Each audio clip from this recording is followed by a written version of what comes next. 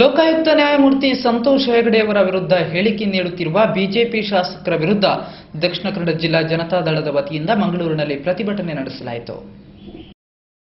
ರಾಜ್ಯದ ಭೂ ಹಗರಣಕ್ಕೆ ಸಂಬಂಧಪಟ್ಟ ಆರೋಪ ಪ್ರತ್ಯಾರೋಪ ಇನ್ನೂ ಮುಗಿಯುವ ಹಂತ ತಲುಪಿಲ್ಲ.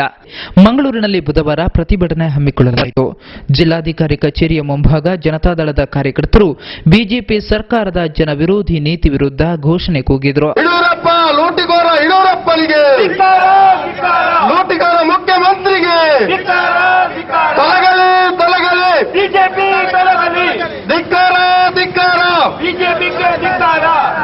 ಈ ವೇಳೆ ಮಾತನಾಡಿದ ಜಿಲ್ಲಾ ಜನತಾದಳದ ಅಧ್ಯಕ್ಷರಾದ ಎಂಬಿ ಸದಾಶಿವ ಅವರು, ಶಾಸಕಾಂಗವನ್ನು ಖರೀದಿ ಮಾಡಿರುವ ಬಿಜೆಪಿಯವರು ಕಾರ್ಯಾಂಗದಲ್ಲಿ ಭ್ರಷ್ಟಾಚಾರದ ಬೀಜ ಬಿತ್ತಿ ಈಗ ಲೋಕಾಯುಕ್ತದಂತಹ ನ್ಯಾಯಾಂಗ ವ್ಯವಸ್ಥೆಯನ್ನೇ ಬುಡಮೇಲು ಮಾಡುವ ಕುಕೃತ್ಯಗಳಿಗೆ ಕೈ ಹಾಕಿರುವುದು ನಾಚಿಕೆಗೇಡು ಎಂದು ಜರಿದರು.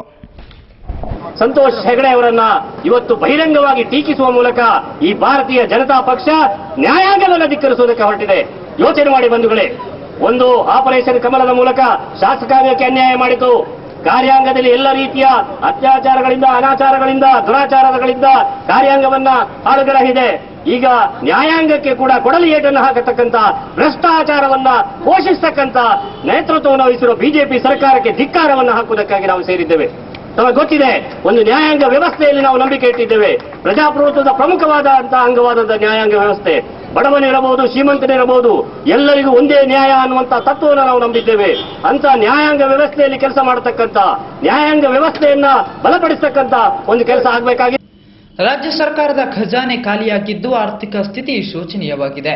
ಈ ಕೂಡಲೇ ಶ್ವೇತಪತ್ರ ಹೊರಡಿಸುವ ಮೂಲಕ ಜನರಿಗೆ ಸತ್ಯಾಂಶ ತಿಳಿಸಿ ಎಂದು ಮುಖ್ಯಮಂತ್ರಿ ಬಿಎಸ್ ಯಡಿಯೂರಪ್ಪ ಅವರನ್ನು ಪ್ರದೇಶ ಕಾಂಗ್ರೆಸ್ ಸಮಿತಿ ಅಧ್ಯಕ್ಷ ಡಾಕ್ಟರ್ ಜಿ ಪರಮೇಶ್ವರ್ ಒತ್ತಾಯಿಸಿದ್ದಾರೆ. ಮೀಸಲು ನೀತಿ ಸರಿಪಡಿಸದೆ ಜಿಲ್ಲಾ ಪಂಚಾಯತ್, ತಾಲೂಕು ಪಂಚಾಯತ್ ಚುನಾವಣೆ ಘೋಷಿಸಿದರೆ ಕೋರ್ಟ್ಗೆ ಹೋಗುವುದಾಗಿ ಕೆಪಿಸಿಸಿ ಅಧ್ಯಕ್ಷ ಪರಮೇಶ್ವರ್ ಎಚ್ಚರಿಸಿದ್ದಾರೆ. ಪತ್ರಿಕಾಗೋಷ್ಠಿಯಲ್ಲಿ ಮಾತನಾಡಿದ ಅವರು, ಜಿಲ್ಲಾ ಪಂಚಾಯತ್, ತಾಲೂಕು ಪಂಚಾಯತ್ ಚುನಾವಣೆಗೆ ಸುಗ್ರೀವಾಜ್ಞೆ ಹೊರಡಿಸುವ ಮೂಲಕ ರಾಜ್ಯ ಸರ್ಕಾರ ಹಿಂದುಳಿದ ವರ್ಗಕ್ಕೆ ಘೋರ ಅನ್ಯಾಯ ಮಾಡಿದೆ. ಯಾವುದೇ ಕಾರಣಕ್ಕೂ ಮೀಸಲು ನೀತಿ ಸರಿಪಡಿಸದೆ ಚುನಾವಣೆ ನಡೆಸಬಾರದು ಎಂದರು. ಮುಖ್ಯಮಂತ್ರಿ ಸಹಿತ ರಾಜ್ಯ ಸರ್ಕಾರದ ಭೂ ಹಗರಣದ ತನಿಖೆಯನ್ನು ಲೋಕಾಯುಕ್ತರು ಮುಂದುವರಿಸಬೇಕು. ತಪ್ಪಿತಸ್ಥರಿಗೆ ಕಾನೂನು ಚೌಕಟ್ಟಿನಲ್ಲಿ ಶಿಕ್ಷೆಯಾಗಬೇಕು.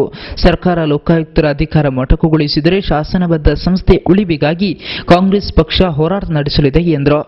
ಸಿಎಂ ಹೇಳುವಂತೆ ಹಣಕಾಸು ಸ್ಥಿತಿ ಸರಿ ಇದ್ರೆ ಶ್ವೇತಪತ್ರ ಹೊರಡಿಸಿ ಎಷ್ಟು ಹಣ ಇದೆ ಎಂಬುದನ್ನು ಜನರ ಮುಂದಿಡಲಿ ಎಂದು ಅವರು ಸವಾಲು ಹಾಕಿದರು. ಈ ಮೀಸಲಾತಿಯನ್ನ ಸರಿಪಡಿಸಿ ಚುನಾವಣೆಯನ್ನ ನಡೆಸಬೇಕು ಅಂತ ಹೇಳಿ ಸರ್ಕಾರಕ್ಕೆ ಆದೇಶವನ್ನು ಕೊಟ್ಟಿದ್ದಾರೆ. ಈ ಹಿನ್ನೆಲೆಯಲ್ಲಿ ಸರ್ಕಾರಕ್ಕೆ ನಾನು ಒತ್ತಾಯ ಮಾಡತಕ್ಕಂಥದ್ದು, ಯಾವುದೇ ಕಾರಣಕ್ಕೂ ಚುನಾವಣೆಯನ್ನ ಮೀಸಲಾತಿಯನ್ನ ಸರಿಪಡಿಸದೆ ನಡೆಸಬಾರದು. ಹೀಗೆ ಜಾಹೀರಾತಿನ ನಂತರ ನಮ್ಮ ನಾಡು ವಾರ್ತೆಗಳು.